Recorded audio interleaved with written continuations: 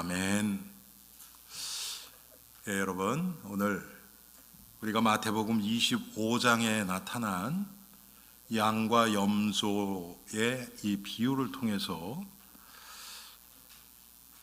우리가 지금 양으로서 이 생을 살아가고 있는지 아니면 염소로서 이 세상을 살아가고 있는지 우리 자신을 한번 돌아보는 귀한 시간 되기 바랍니다. 여러분, 우리가 성경을 읽을 때요, 그 앞뒤 문맥이 아주 중요합니다. 오늘 우리가 읽은 이 성경 구절은요, 예수님이 재림하실 때의 일을 인자가 자기 영광으로 모든 천사와 함께 올 때에 나타날 것을 지금 말씀하고 계십니다. 그러니까 오늘 본문을 종말론적인 입장에서 보지 않으면 안 돼요. 반드시 그 관점에서 이 본문은 해석이 되어져야 됩니다. 여러분, 지금 특별히 이 시대에 사람들이 얼마나 육에 박습니까? 육신적인 것은 너무나 지금 발전하고 사람들이 다 거기에 지금 초점을 맞춰서 살아가고 있죠. 그런 육신에 잡혀있는 현대인들이 가장 듣기 싫어하는 이야기가 뭘까요, 여러분? 아마 오늘 본문 같은 이런 말씀일 것입니다. 예수님이 재림하신다, 그 후에 심판이 있다, 이런 얘기 가장 싫어할 겁니다. 심지어는 예수를 믿는 자도, 예수를 믿고 구원을 받았다고 하는 자도 예수님의 재림, 종말 오는 것, 심판 두려워하고 아마 꺼려할 것입니다. 아니, 예수님을 믿고 예수님의 오실 것을 바라보고 사는 성도가 예수님의 오실 것을 부담스러워하고 꺼려한다? 여러분, 이거 잘못되지 않아요? 이거 잘못된 것 같지 않아요? 아니, 결혼을 앞두고 있는 남녀가 결혼식 가기를 두려워한다? 꺼려한다? 그럼 뭔가 잘못됐죠. 그렇지 않습니까, 여러분? 이번 주에도 우리 성도 결혼식이 있어요. 이번 주에 여러분 광고에 나왔죠. 자, 우리가 지금 예수님을 신랑으로 지금 기다리고 있는 겁니다. 그런데 얼마나 많은 성도들이 예수님 빨리 오세요, 오늘 저녁도 괜찮아요, 그런 사람이 몇이나 될까요? 하나님, 그래도 요것만 하고, 그래도 내가 지금 벌어놓은 거 좀 쓰고, 우리 자녀들 좀 성장하고, 우리 자녀들 결혼시키고, 이유가 많아요.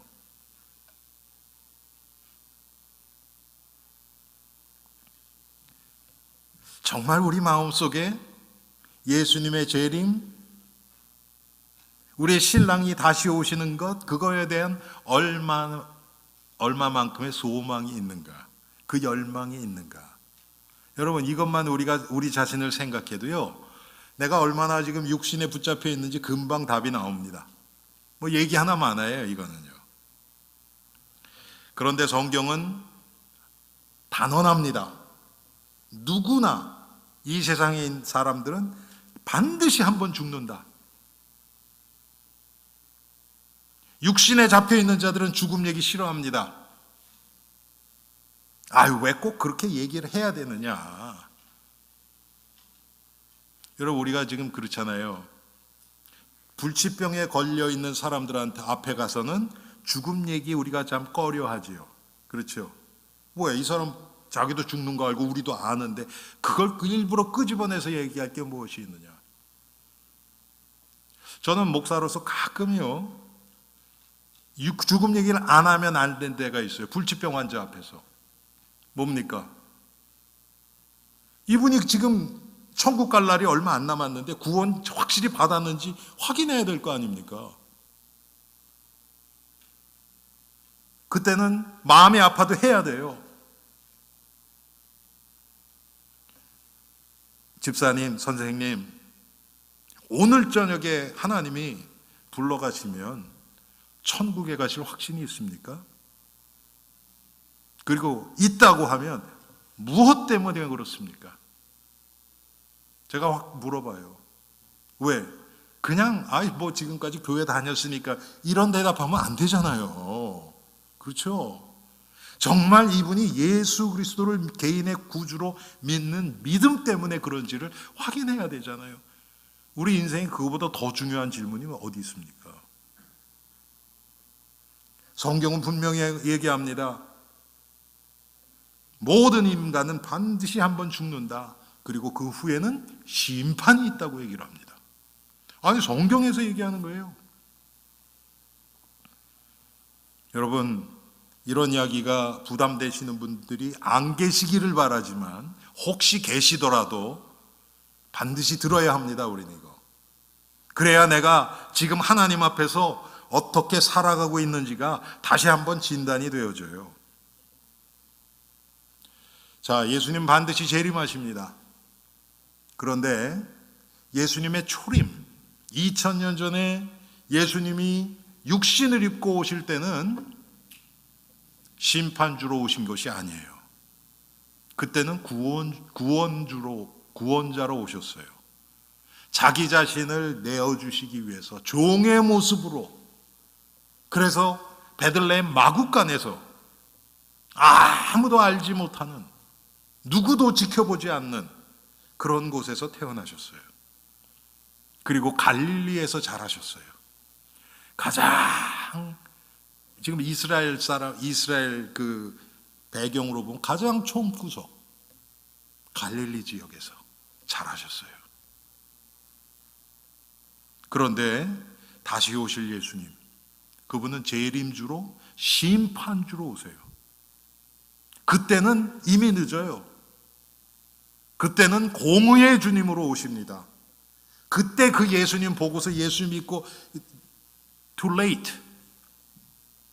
그때는 사랑의 주님이 아니고요, 심판주로 오시는 거예요.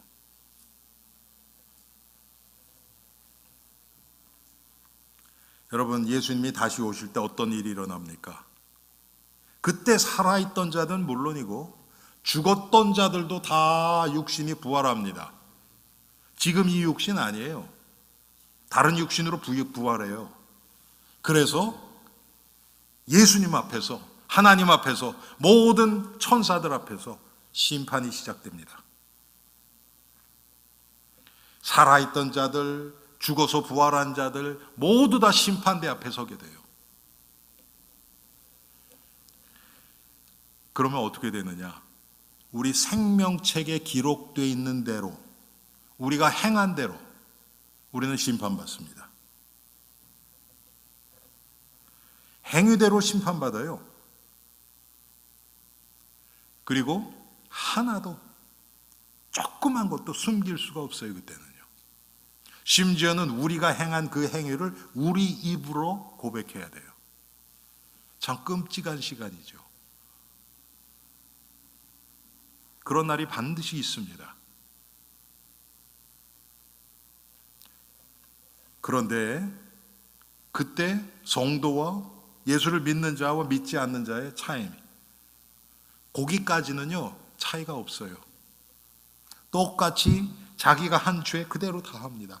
아마 자기가 지은 죄를 그대로 고백을 하는데 우리보다도 더 죄가 고백하는 시간이 짧은, 우리보다 훨씬 더 지은 죄가 경한 그런 불신자들도 많이 있을 거예요. 이게 좀 놀라운 일이고 어떻게 보면 경이로운 일입니다. 그런데 그때 천사들이 예수를 믿는 자는 따로 불러요. 그리고 예수 그리스도가 우리를 대변해 주십니다. 예수를 믿는 자들, 이 사람들의 죄를 위해서 내가 십자가에서 피 흘렸다고 우리를 대변해 주십니다. 변호해 주십니다. 아마 불신자들이 그때 막 컴플레인 할 수도 있어요. 아니 저 사람은 나보다도 훨씬 악한 사람인데요. 우리를 보고도 그럴 수 있어요. 우리 주위에 우리보다 훨씬 도덕적이고 윤리적이고 착하게 살려고 하는 불신자들이 우리 옆에 있다면 저 악질 저거 왜 저런 사람은 되고 나는 안 됩니까? 막 그럴 거예요. 하나님의 기준을 몰라서 그렇죠. 구원받는 기준 딱 하나밖에 없어요. 믿음이에요. 하나님이 우리에게 선물로 주신 그 믿음. 여러분, 우리가 좀 착해서 여기 앉아 있습니까? 그렇지 않아요. 하나님 시각에서 보면요, 똑같아요, 다. 이 세상 기준으로 봐도 우리보다 나은 자도 훨씬 많아요. 여러분, 기독교인들이 다른 종교인들에 비해서 여러분 윤리 도덕적으로 낫다고 생각하십니까? 저는 그렇게 생각이 안 들어요.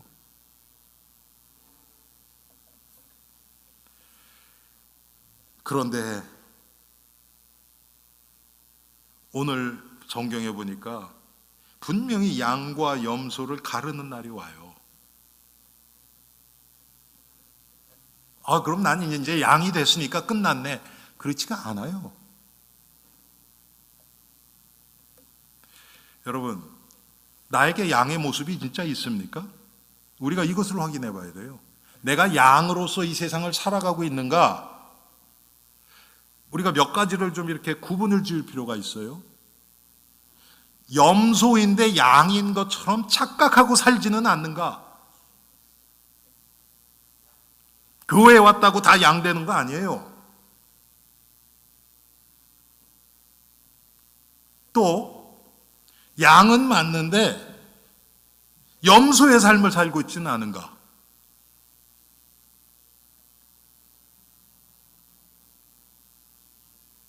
예수를 안 믿는 자들은 염소예요.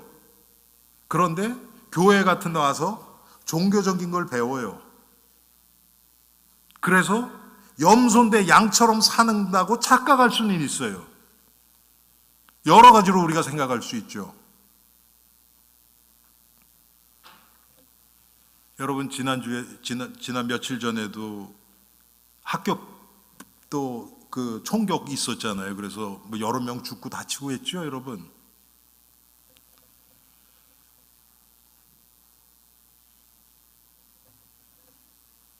그런 일을 벌인 사람은 우리는 염소라고 생각하기 쉽거든요. 진짜 그래요? 저는 그렇게 생각 안 들어요. 그래서 그 일을 벌인 티네이저죠. 아주 나이도 어리더라고요. 14살인가 15살밖에 안 됐죠. 그런 아이. 우리는 윤리 도덕적으로 보면 어떻게 사람이 저렇게 끔찍해. 가정교육을 어떻게 받았어? 뭐 제가 확인한 건 아니 보니까 그 아버지가 애한테 총을 선물로 줬다면서요. 아니 무슨 가정이 그런 가정이 다 있어. 별 얘기 다 할 수 있죠. 그렇죠? 그런데 그런 건 다 윤리 도덕적인 얘기예요. 그리고 그런 자도 변화돼서 예수를 믿게 되면 양이 될 수 있어요.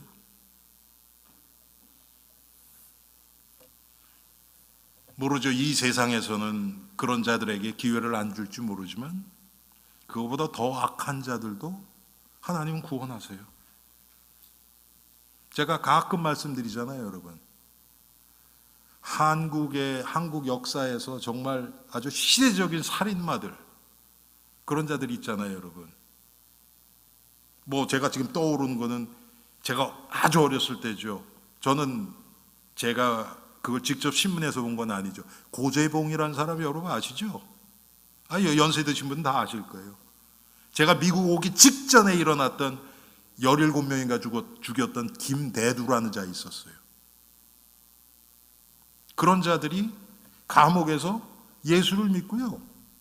누구보다도 성령 충만하게 천국에 가셨어요. 물론 이 세상에서는 뭐 더 이상 기회가 없죠. 그렇지만 그 감옥 안에서 많은 사람들을 전도하고요. 제가 그 얘기를 듣고 찬송가 인애하신 구세주를 좋아하게 됐어요. 그 두 분의 공통점이 뭐냐? 그 찬송을 그렇게 좋아했대요. 인애하신 구세주요. 옛날 찬송에 내 말 들으사 죄인오라 하실 때 날 부르소서. 자기가 죄인인 건 너무 알잖아요. 어떻게 나 같은 자를 구원하셨나. 여기에 감격하셔서 죽을 때까지 그 찬송 부르고 나 같은 자를 구원하신 그 예수 그리스도를 증거하다 가셨어요. 여러분, 그분들은 양이에요. 그런데 너무나 도덕적이고 윤리적인 그런 염소들이 많아요, 이 세상에는요. 그런 자가 염소로서 교회에 와서 양인 척하면요, 우리는 다 속아요. 그분 다 따라갈 겁니다. 과거에요, 벌써 한 15년, 20년이 넘은 것 같아요. 이 지역 메릴랜드 한쪽에서, 저쪽에서요, 어느 지역이었는지 그쪽에 한국에서 어떤 스님이 오셨어요. 스님이. 그런데요, 한 500명이 모여요. 그런데 그 사람들의 특징은 다 교회 다니던 자들이었어요. 그런데 이분의 인품, 뭡니까? 설법이라 그러나 그 말씀 너무 좋으니까 사람들이 쫙 몰린 거예요. 어떻게 보면 고상한 염소예요. 고상한 염소예요. 오히려 여러분, 하나님 쪽에서 보면 아주 뭐라 그럴까요? 아주 극악한 죄인이에요. 그냥 죄인이 아니고요. 우리 인간적인 표현으로 보면 너무나 고상한 염소고요. 하나님 시각에서 보면 가장 악한 그런 죄인이에요. 여러분들이 이 차이를 모르시면요, 아마 복음이 잘 안 와닿을 겁니다. 그 얘기는 뭐냐면, 여러분이 구원 받았다 해도 하나님의 은혜로 주신, 선물로 주신 그 구원이 별로 귀하게 보이지 않을 거예요. 왜? 여러분이 지금 여러분이 가지고 계신 기준이, 여러분의 시각이 육신적인 기준으로 딱 잡혀 있기 때문에 그렇게 보이는 거거든요. 그래서 그 스님을 그때 민 목사님이 일부러 가서 찾아가서 만났었어요. 너무 목사님 표현을 그러더라고요. 나하고는 인격으로는 상대가 안 되는 사람이라고. 그렇겠죠. 여러분, 양과 염소를 우리의 기준이 아니라 하나님의 기준으로 보셔야 돼요. 오늘 우리가 이 성경을 보면요, 이게 꼭 윤리 도덕적으로 보게 생겼어요. 그렇게 기록되어 있어요. 내가 배고팠을 때, 줄였을 때 네가 먹을 것을 줬고, 헐벗었을 때 목말랐을 때 마실 것 줬고, 헐벗었을 때 입을 것 줬고, 옥에 갇혔을 때 돌아보았고, 병들었을 때 나를 찾아왔고. 당연히 해야 돼요, 그건요. 당연히. 그런데 우리가 잊지 말아야 될 게 한 가지 있어요, 여러분. 오늘 이 성경 구절을 여러분 본문을 여러분이 조금만 묵상해 보시면요, 지금까지 그냥 우리가 쑥 그냥 지나치면서 읽었을 때 발견하지 못했던 많은 것들을 발견하실 수 있어요. 그게 뭐냐면, 첫째, 양도 그렇고 염소도 그렇고 자기가 무슨 일을 하고 있는지를 몰랐어요. 그렇죠, 여러분? 예수님이 오른쪽에 있는 양에게, 그럼 또 이쪽에 본 분들은 또 삐질 수 있으니까 오른쪽에 있는 오른쪽에 있는 양에게 너는 이렇게 했다, 나를 위해서 이렇게 했다. 또 왼쪽에 있는 염소에게 너희는 내가 이랬을 때 이렇게 안 했다. 둘 다 뭐라 그래요? 내가 언제, 주님이 언제 이렇게 했습니까? 우리가 언제 이렇게 안 했습니까? 둘 다 몰라요. 그러니까 지금 우리가 보고 느끼고, 이 사람은 이렇다, 이 사람은 이렇게 한다, 이 사람은 이렇게 안 한다, 이렇게 알 수 있는 게 아니라는 거예요. 하나님이 그 중심을 아시는 거예요. 몸을 움직이면서 무슨 행함을 하는데 마음이 없는 사람이 있을 수 있고요, 자기가 그렇게 할 수 없는 상황에 있는데 마음은 거기 가 있는 사람이 있을 수 있다는 얘기예요. 하나님은 그걸 보시는 거예요.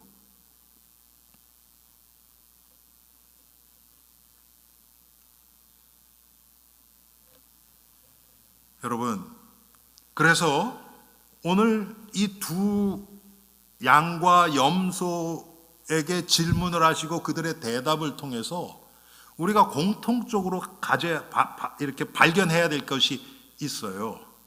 그게 뭐냐면 두 군데 똑같이 나오는 거예요. 또 한 가지는 뭡니까? 오늘 우리가 읽은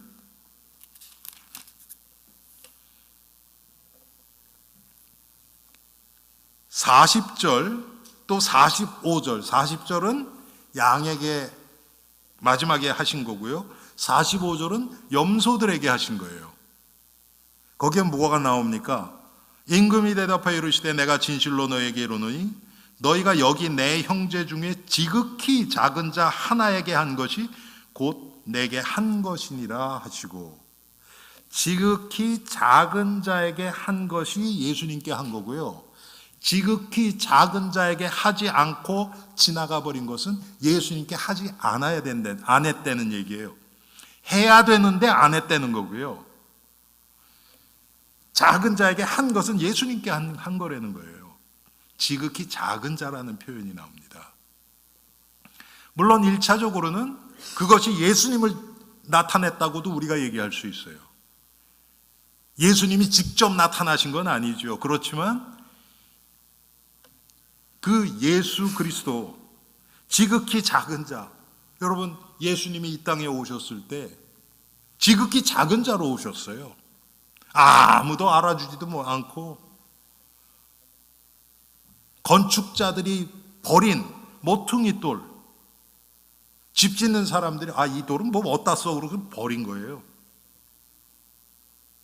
그렇게 예수님이 오셨어요. 누가복음에는 이 지극히 작은 자가 어떻게 나타납니까? 10장에 여러분 강도 만난 자, 선한 사마리아인의 비유 이렇게 얘기를 하죠. 우리가 어떤 사람이 여리고로 내려가요. 내려간다는 표현이 왜 그러냐면 사해바다 쪽이 가장 이 해발이 낮아요. 사해바다 여러분 아시죠? 사해바다는 지중해, 여러분 지중해 아시죠? 여러분 쪽에서 뭐 이스라엘이 이렇게 있으면 이 동쪽, 서쪽이죠. 서쪽이 지중해예요. 그런데 바다가 육지보다 더 낮습니까? 높습니까? 예? 높아요? 높은 물 다 오게요. 낮지요. 그렇죠. 바다가 더 낮지요. 그러니까 바다지요. 그래서 물이 높은 데서 낮은 데로 흐르니까 육지, 산 이런 데 있던 물들이 점점 흘러 내려가서 바다에서 다 모이는 거죠. 그런데 사해바다는요, 지중해보다 400m가 낮아요. 그러니까 만약에 지중해에서부터 사해바다까지 누가 이렇게 또랑을 쫙 낸다 그러면요, 지중해 물이 글로 가득 차게 되는 거예요. 그렇게 낮아요. 그래서 그쪽에 여리고가 있거든요.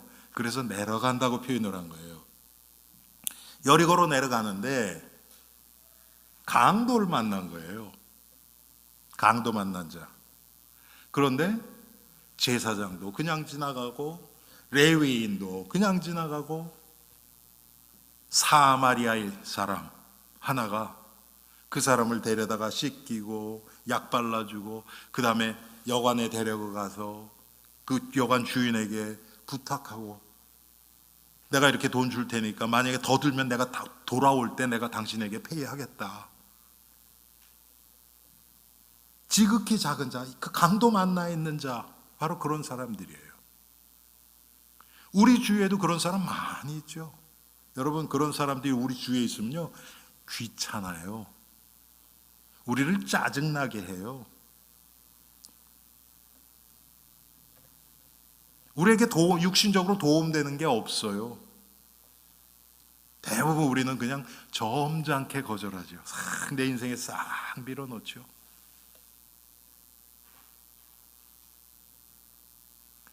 참 이런 일들이, 그런 걸 얼마나 지혜롭게 잘하느냐, 그런 사람들이 이 세상에선 칭찬해요. 그리고 어떤 사람들은 그런 사람 도와주는 거, 그건 그 사람 더 병들게만 하는 거야, 그러면서 딱 해서 안 해요. 그 얘기도 틀린 얘기 아니에요.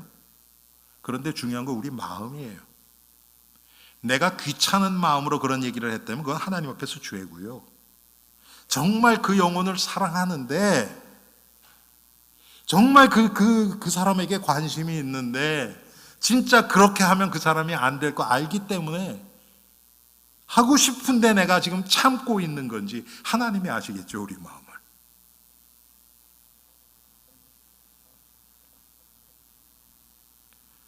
여러분, 이 지극히 작은 자, 성경에 계속 나옵니다.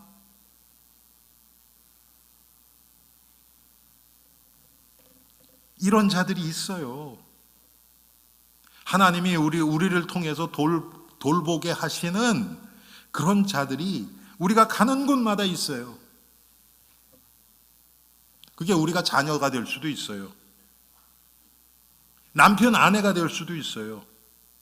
그런데 평생 남편, 아내하고 내 자녀만 지극히 작은 자다, 그런 거는 없어요. 아마 우리 아까 예배 전에 제가 들었더니 우리 예림 집사님 지금 남편이 지금 지극히 작은 자 됐더라고요, 보니까. 그때는 아무 얘기하지 않고 아마 본인이 괴로우니까 막 짜증도 날 수 있고 하는 거예요, 그때. 그거 가지고 마치 부딪혀서 싸울 필요도 없고요. 지금 남편에게 하는 게 예수님한테 하는 거다, 그런 사명감을 가지시고 기도하시면서 하시는 거예요, 그때는. 그런데 여러분, 가족 말고도 우리 주위에 그런 자들이 많이 있습니다. 그런데 우리의 문제는 뭔지 아세요, 여러분? 하면서 내 기준에 맞는 사람에게 하려는 거예요. 뭔가 내가 이렇게 사랑의 손길을 하면 그냥 굽신굽신하면서 감사합니다, 진짜 막 표현도 하고, 그거 잊지 않고 기억하고, 이런 사람들은 여러분 도와줄 맛이 나지요, 그런 사람은. 그런데 그렇지 않은 사람도 있어요. 왜? 자기 인생이 무너졌기 때문에. 그러니까 도움이 필요하겠죠? 그런 사람들한테 우리가 그걸 다 바라고 내 기준에 맞는 사람만 도와주려고 그러는 것은 지극히 작은 자가 아니에요, 벌써. 여러분, 내가 나중심적인 삶, 이기적인 삶에 딱 묶여 있으면요, 그런 자들이 보이지가 않아요. 하나님이 이 사람을 나를 통해서 돌보심을 받게 이 사람을 나에게 보내셨구나, 이렇게 생각이 절대로 안 들어요. 여러분, 우리 자신을 한번 생각해 봅시다.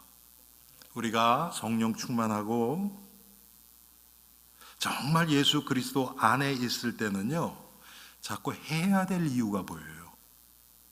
그렇지, 이 사람이 이러니까 이렇게 했지, 내가 어떻게 좀 도와줄 수 있을까, 마음이 그래요. 그런데요, 내가 육신에 딱 잡혀 있잖아요. 그러면 안 해줘야 될 이유만 보여요. 이 사람은 이래, 이렇게 하면 이렇게 될 거야, 이렇게 하면 뭐 거지게선 생겨서 그 다음에 또 자기는 아무것도 안 하고 도움만 요청할 거야. 우리가 미리 짐작을 하고요, 미리 계획을 하고요. 그러니까 이 사람은 도와주지 않아야 돼, 그쪽으로 내 마음을 이끌어 가요, 내가. 이거 다 우리 경험하는 거 아닙니까, 여러분? 오늘 이 본문의 결정적인 단어가 바로 뭐냐면 이 지극히 작은 자예요. 지극히 작은 자. 뭐를 행동을 했다, 이게 중요한 게 아니고요, 지극히 작은 자를 향한 나의 마음이 있는가, 이거예요. 그게 그 사람의 어떤 반응하고 상관없이 하나님이 나에게 보여주신 그런 자들이 자꾸 눈에 띄고 있는가?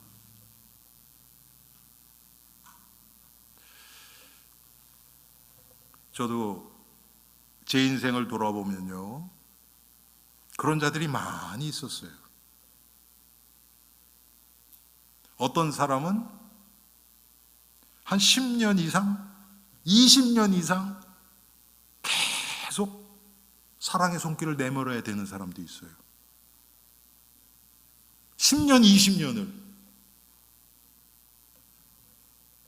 아니, 내 인생에서 그냥 사라져버리면 더 이상 신경 안 쓰고 그냥 깨끗하게 없어질 텐데 계속 나타나요?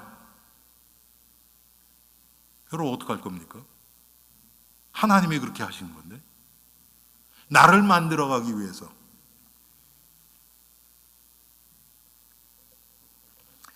자, 이제 조금 우리가 더 구체적으로 봅시다. 이 양과 염소가 이 세상에, 여러분, 지금 우리 교회 밖에 지금 예수를 믿지 않는 사람, 이 세상에요, 양과 염소가 섞여 있어요. 구원받아야 될 하나님의 백성이 있잖아요. 지금 예수를 안 믿고 있는 사람 중에서. 그런가 하면 하나님의 구원과 상관없이 지옥으로 가게 돼 있는 사람, 불신자들도 있어요. 또 교회 안에는 어떻습니까? 교회 안에는 양만 있습니까? 그렇지 않죠. 교회 안에도 양과 염소가 섞여 있어요.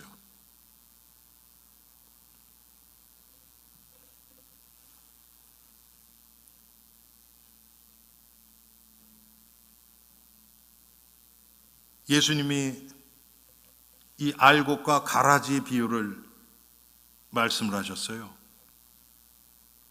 주인이 이 다 씨를 뿌리고, 우리 말로 그냥 모내기를 다 한 거예요. 봄에 모내기를 다 했는데 얼마 있다 딱 봤더니 가라지들이 막 자라요. 그랬더니 종들이, 아니 우리가 곡식을 심었는데 왜 가라지가 자랍니까? 그때 주인이 뭐라고 말씀하십니까? 원수들이 그렇게 했구나. 원수들이 와서 가라지를 뿌려놓고 간 거예요. 마귀가 교회 안에 가라지들을 심어 놓습니다. 자기 사람들을 파송하는 거예요. 조금 고상하게 얘기하면요, 마귀 선교사들이 교회 안에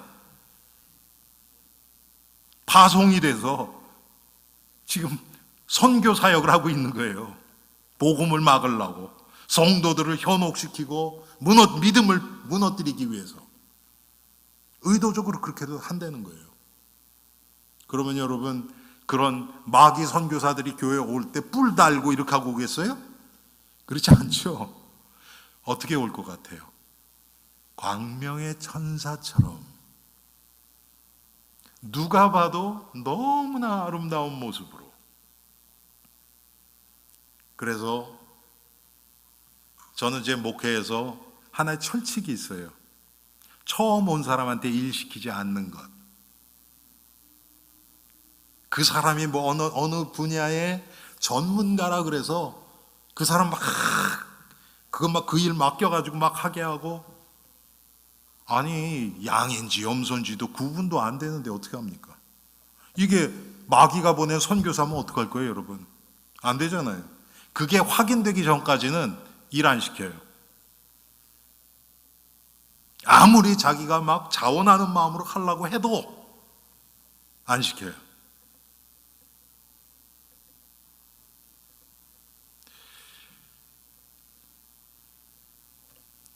마태복음 25장 우리 오늘 1절부터 보면요, 양과 염소에 대해서 계속 얘기가 나오는 거예요, 사실은요. 1절부터 13절까지 보면 10처녀의 비유가 나오죠. 기름을 준비한 자와 기름을 준비하지 않은 자. 5처녀는 기름을 준비했고 5처녀는 기름을 준비 안 했어요. 그런데 여러분 이 비유도 참 보세요. 아니 지금 우리가 그냥 상식적으로 생각하면요, 기름 준비하지 않은 처녀들은 자기가 기름 없는 건 몰랐겠습니까? 알잖아요. 그렇죠? 아니 여러분 운전해서 가스 운전해서 차 운전해서 갈 때 보면 내 차에 기름이 어느 정도에 있다는 것은 대충 알잖아요, 여러분. 근데 이게 결혼을 앞두고 있는 처녀가 신부가 그거 몰랐겠습니까? 지금 이것과 오늘 본문과 이렇게 연결해 보세요. 오늘 본문도 마지막까지 몰랐잖아요, 서로. 양측에 있는 사람, 염소 측에 있는 사람 둘 다 몰랐어요. 우리가 언제 그렇게 했습니까? 그러는 거예요. 이런 일들이 최후의 심판대에 나타난다니까요. 너 이렇게 됐을 때 이렇게 안 했잖아, 이렇게 안 했다. 아니 언제 주님이 나를 찾아왔습니까?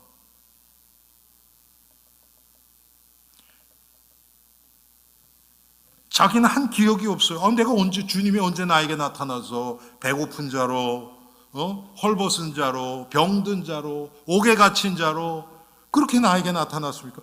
난 그렇게 한 적이 없는데요. 여러분 이게 무슨 얘기입니까? 우리가 의식적으로 하는 것도 있지만 더 중요한 게 뭡니까? 우리의 의는, 하나님 앞에서 보일 의는 예수 그리스도의 의밖에 없어요. 예수 그리스도의 의로 우리가 덮여 있기 때문에 그게 구원받았다는 거거든요. 그러면 어떤 일이 일어나는가?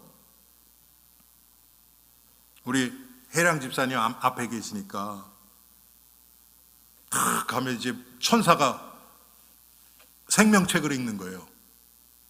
그때는 남편 성 안 따라가요. 김해량. 그러고서 얘기하는데요. 절대로 집사님이 안 한 얘기들을 막 해요. 안 한 얘기를. 그게 뭔가? 예수님이 행하신 그 의, 예수님의 행하신 그 의, 그거를 막 김혜량 집사님 이름으로 막 하는 거예요. 그러면 집사님, 아니 내가 그거 안 했는데요? 우리 미국 사람들 이런 거 잘하잖아요, 여러분. 그렇죠? 내가 언제 해? 근데 했다는 거예요. 놀랐겠죠? 본인이 제일 먼저 놀랄 거예요. 근데 여러분, 그거 우리 너무 놀란 티 내지 마세요, 그 앞에서. 그 믿음 없다는 거 다 반증하는 거니까. 진짜 믿음이 있고 그 영적인 사실을 아는 자들은 어떨까요? 내가 한 게 아니에요. 다 예수님이 하신 거예요. 나를 위해서 그 앞에서 죄송하고 감사하고 그런 마음이 이지겠죠. 그게 양의 모습이에요, 여러분. 그런데 염소의 모습은 어떨까요? 그 앞에서 자기가 한 거 자기 입으로 다 토해내야 돼요. 그러면서도 또 화가 나요. 왜? 나보다도 못한 것들이 안 한 있을 때 저 사람 저런 사람 아닌데 아마 그럴 거예요. 그때 우리 해량 집사님을 좀 안 좋게 생각하는 불신자가 거기 옆에 있다. 그랬으면 그거 보고 저 사람 저런 사람 아닌데 이건 it's not fair 막 화가 날 거예요. 그래도 내가 저 사람보단 잘 살았는데 아니 나는 이렇게 하고 이 사람은 하지 않은 거 가지고 막 이렇게 하고 막 화가 날 거예요. 그래도 too late.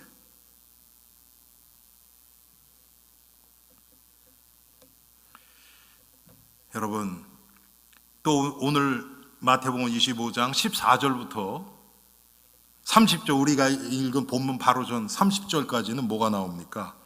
달란트의 비유가 나와요. 5달란트, 어떤 사람에게는 5달란트, 어떤 사람에게는 2달란트, 어떤 사람에게 1달란트. 그런데 5달란트 받은 자, 2달란트 받은 자는 그것으로 장사해서 이문을 남겨서 주인에게 다 드렸어요. 1달란트 받은 자는 그거를 땅속에 묻어놨어요. 5달란트 받은 자, 2달란트 받은 자는 오늘 본문 표현대로면 양에 속한 자들이에요. 1달란트 땅속에 묻어놓은 사람은 염소에 속한 자들이에요. 뭐를 해서 뭘 만들어냈다는 게 중요한 게 아니에요.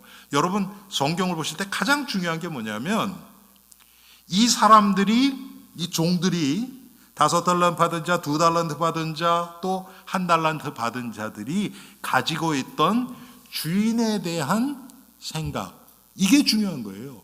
주인을 어떻게 생각하고 있었느냐. 1달란트 받은 자가 뭐라고 그럽니까? 나는 당신이 인색한 사람인 거 안다. 그래서 내가 이것이라도 잃을까 봐 내가 땅속에 파묻어 놨다, 이렇게 얘기하는 거예요. 그 자들에게는 주인이 인색한 자예요. 누가복음 15장에 보면요, 탕자의 비유가 나와요. 탕자의 비유. 거기 큰 아들, 작은 아들이 있죠. 쉽게 얘기하면 큰 아들은 염소고 작은 아들은 양이에요. 여러분 거기서 보세요. 작은 아들은 아버지의 재산을 탕진하고 빈털터리로 돌아왔지만, 내가 돌아가면 이런 나를 아버지가 적어도 내치지는 않고 종의 하나 정도로는 생각할 거다. 아버지에 대한 개념이 그렇게 들어가 있었죠. 그렇죠? 그런데 큰 아들은 어땠어요? 아버지가 축낸 거 하나도 없어요. 날마다 아버지 재산 그 양들을 돌보고 다 해요. 그런데 그 큰 아들이 가지고 있던 아버지에 대한 그 개념, 그게 뭡니까? 아버지는 나에게 양 한 마리도 줘서 친구들한테 하고 내가 이렇게 즐기게도 안 했다. 그게 그가 가지고 있던 아버지에 대한 개념이에요. 아버지에게 물어보지도 않았을 거예요. 분명히 큰 아들은. 아버지, 내가 이번 생일인데 우리 친구들 이렇게 해서 좀 이렇게 해도 될까요? 그런 얘기를 못 해요. 왜? 아버지 안 할 거야. 그러면 안 된다 그럴 거야. 한마디로 아버지 인색한 사람이야. 한마디로 은혜를 모르는 자예요. 염소는 은혜를 모르는 자입니다. 이게 우리에게는 어떻게 나타납니까? 하나님의 이 마태복음 22장 1절부터 14절까지 보면요, 이 천국 혼인잔치에 초청하는 걸로 나타나요.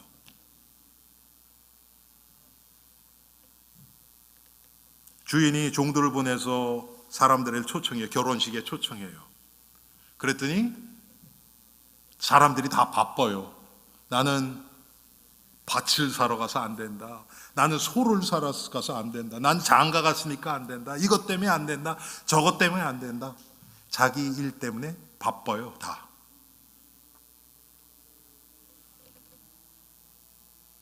다 거절합니다. 성경에 보면 싫어하여 거절했다 그래요. 싫어하여. 한마디로 관심이 없는 거예요. 여러분, 교회 안에 있는 염소들의 특징이 뭐냐면 바로 이거예요. 천국에 가는 것, 영생 별로 관심 없어요. 구원 별로 관심 없어요. 그럼 뭐에 관심이 있느냐? 예수님을 통해서 내가 이 땅에서 어떻게 잘 살 것인가, 여기에 관심이 있어요. 나에게 관심 있는 거예요. 그랬더니 주인이 이제 또 종들을 다시 보내요. 길가와 산울가로 다니면서 아무나 데려다 와서 내 집을 채우라. 아무나 데려와서 내 집을 채우라.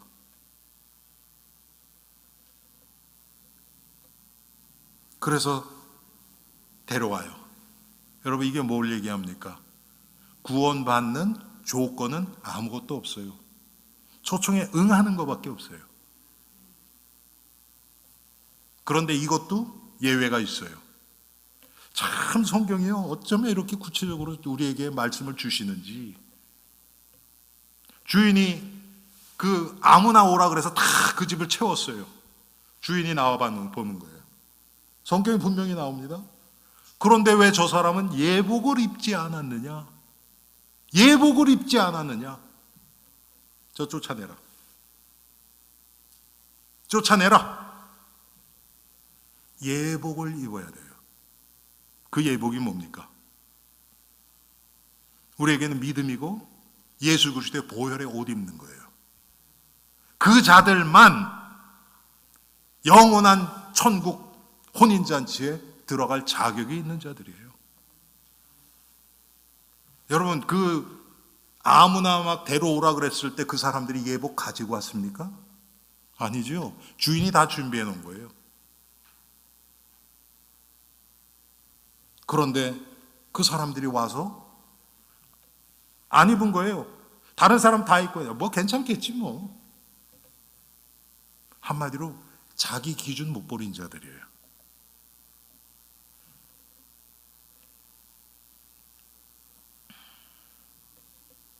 자, 여러분 우리는 어떻습니까? 교회에 와 있으니까 양입니까? 여러분 이 시간 우리 자신을 한번 돌아봅시다. 내가 지금 정말 양의 옷을 입고 있는가? 예수 그리스도의 보혈의 옷을 입고 있는가? 그런 양인가? 또 우리의 삶이 교회 안에서 모습이 아니고요. 우리의 삶이 양의 삶을 살고 있는가? 제가 언제입니까? 지지난주입니까? 이거에 대해서 잠깐 말씀드렸죠. 양은 주인의 목소리에만 반응해요. 싹군, 이리, 사기꾼, 복음 아닌 것엔 반응하지 않아요. 그게 양의 특징입니다. 내가 양의 삶을 살고 있는가?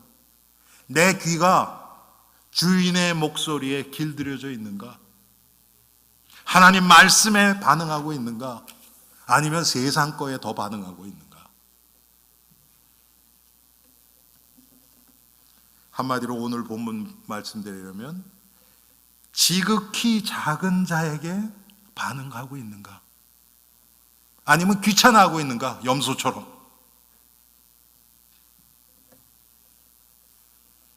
우린 대부분 지극히 작은 자 있으면 귀찮아요. 신경 쓸 것도 많고요. 나에게 도움되는 거, 육신적으로 도움되는 거 없고요. 그냥 없었으면 좋겠어요. 그 인생, 내 인생 속에서 사라졌으면 좋겠어요. 그런데 예수님이라면요. 강도 만난 자라면요.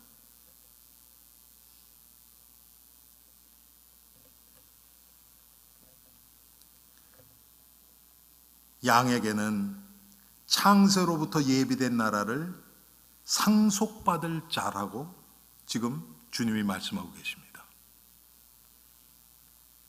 양들에게. 그런데 염소는 어떻습니까? 영원한 형벌을 받게 되는 거예요. 이 자들은 지극히 작은 자에 관심이 없어요.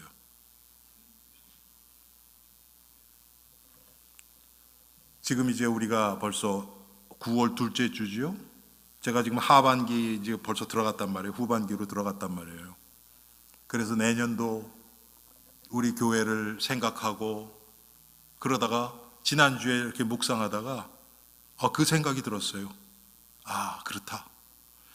예루살렘부터 땅 끝까지. 어떻게 보면 땅 끝이 지극히 작은 자예요. 우리가 알지도 못해요. 한 번도 만난 적도 없어요.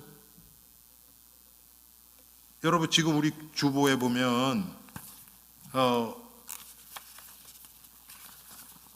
광고가 아니고요. 광고 옆쪽 페이지에 보면 아마 이거 발견하신 분도 별로 안 계실 것 같아요. 핍박받는 교회 그 나라들, 가장 핍박 많이 받는 나라들을 광고에 있다가 나중에 제가 이쪽으로 옮겼거든요. 오른쪽으로. 그런데 참 너무 죄송스러운 얘기지만 저도 여기 에리트리아라는 나라는요. 이거 광고 넣기 전까지는 몰랐어요. 그런 나라가 있는지조차도 몰랐어요. 봤더니 그 소말리아하고 바로 위에 그 이집트 밑에 거기에 있더라고요.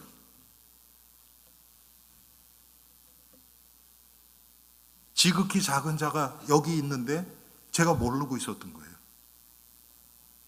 우리의 기도가 가장 필요한 자들인데 그것조차도 모르고 있었던 거예요, 우리가. 예루살렘부터 해서 땅끝까지. 이게 같이 있어야 돼요, 여러분. 예루살렘만 강조하는 것도 아니고 땅끝만 강조하는 것도 아니에요. 같이 있어야 돼요.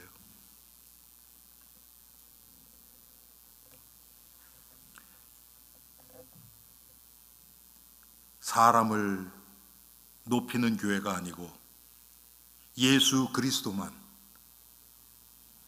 자랑하고 높이는 교회, 그런 교회가 되기를 원합니다. 자, 여러분, 염소는 구원에는 관심 없습니다.